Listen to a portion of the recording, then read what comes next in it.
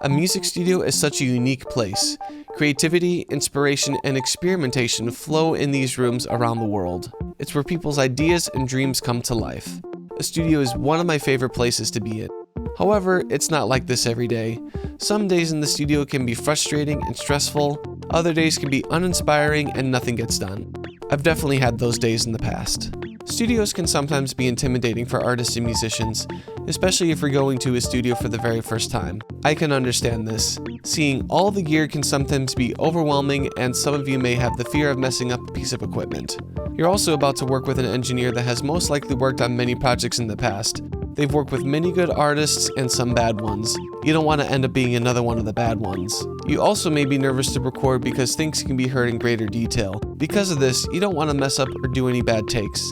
This may cause you to start overthinking about every minor detail in a take or performance. You get more focused on that instead of the song itself. I've seen this happen from time to time in some of my sessions. When I notice this happening, I try my best to help the artist or musician overcome this and bring the focus back to the song and not stress about the microscopic details. Sometimes an artist or musician can get stuck on a section of a song and will keep doing multiple takes until they feel like they have it right.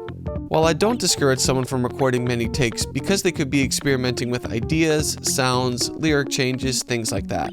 However, if they're hyper-focused on a part and they keep recording the same section over and over again, and each take has very minuscule differences between each other, I encourage them to either take a quick break and come back to it, work on a different section of the song, or we can sit down together and go through all the takes and compile the best parts of each take together, but not overdoing it at the same time. If there's a situation like this where an artist or musician is hyper-focused on one section and each take sounds essentially the same, I try to let them know that all the minuscule details that they are fretting over in the moment will most likely be forgotten about by the time the song is released. I also admit that I can overthink things from time to time. I do my best to not get in those situations, but we're all human. None of us are perfect.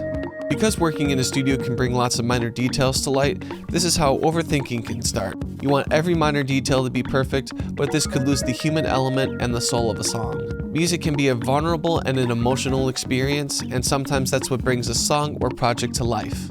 Some of the greatest songs of all time from all eras have flaws in the recordings. The human element could be what makes a song a great song. If you have the ability to take one of your favorite songs and listen to each individual layer, you may be surprised with what you hear.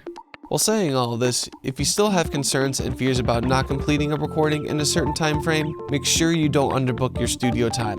It's better to have extra time to work on things instead of having less time and feel like you're rushing through the entire process. This could potentially hurt your song in the long run. While I'm trying to help encourage you to not get stuck on microscopic details, I highly encourage you to experiment if you have the time to do so. Some of the best moments in a song could come from happy accidents or experimenting with ideas that you didn't originally have before being in a studio setting. If you're interested in working with me or want to book some studio time, you can check out my info and portfolio in the description below. I want to summarize this video with a quote from a famous school teacher from the 90s. It's time to take chances, make mistakes, and get messy.